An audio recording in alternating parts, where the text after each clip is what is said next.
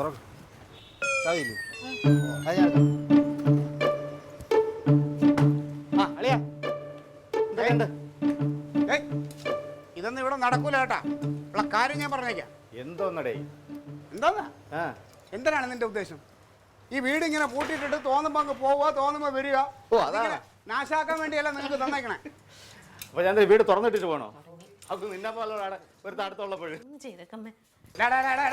അതെ ഞങ്ങൾക്ക് കട്ടുമോട്ടിച്ച് തിന്നേണ്ട കാലം അങ്ങനെ ഒരു സാഹചര്യം ഒന്നും ഇതുവരെ ഉണ്ടായിട്ടില്ല കേട്ടോ. അന്തസ്സായിട്ട് തന്നെ ജീവിച്ചിട്ടുള്ളത്. നിനക്ക് എന്തോ കുഴപ്പമെന്നോ അത് പറ. ചുമ്മാരടി നിനക്ക് എന്തോ കുഴപ്പം? കുഴപ്പം എന്റെ അമ്പിളിക്കുട്ടൻ ചേട്ടാ, നിങ്ങൾ 2-3 ദിവസമായിട്ട് ഇവിടെ ഇല്ലല്ലോ. ആ വിഷമം താങ്ങാൻ പറ്റാതെ പറയണതാ. ഓടി. അതാണ് കാര്യം. ഒരു കാര്യം പറഞ്ഞേക്കാം. ഈ വീടെന്ന് പറയുന്നത് ഒരുപാട് പഴക്കമുള്ള വീടാണ്. ഹവിൽദാർ കഷ്ടപ്പെട്ടുണ്ടാക്കിയ ഒരു വീടാണ്. അത് അതുപോലെ നിലനിർത്തണം. അങ്ങനെയുള്ളവർക്ക് കൊടുക്കാവുന്ന ഞാൻ അളിയിലോട് പ്രത്യേകം പറഞ്ഞാണ്. ഇവന് കൊടുത്ത ശേഷം വീട് നാശമായി. എന്റെ പൊന്നളിയാ, അത് എനിക്ക് നന്നായിട്ട് അറിയാം. ഹവിൽദാർ ഉണ്ടാക്കിയതാണെന്നും പഴക്കമുണ്ടെന്നും. നമ്മളെ സ്വന്തം വീട് പോലെ തന്നെയാണ് നോക്കുന്നത്. തന്നെ അല്ലേ? പിന്നല്ലാതെ അതിനൊന്നും നീ വിഷമിക്കണ്ട.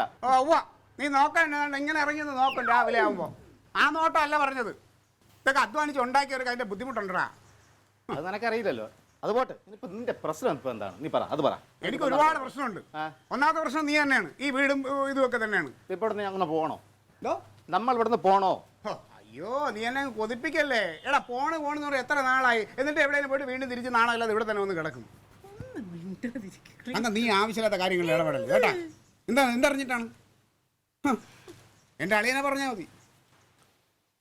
ഹലോ അളിയാ, ഞങ്ങളിവിടുന്ന് വീട് മാറാണ് കേട്ടാ. അയ്യോ ക്ലീറ്റസിന് ഭയങ്കര വിഷമം. ഞാൻ അവിടെ അടുത്ത് കിടക്കണം.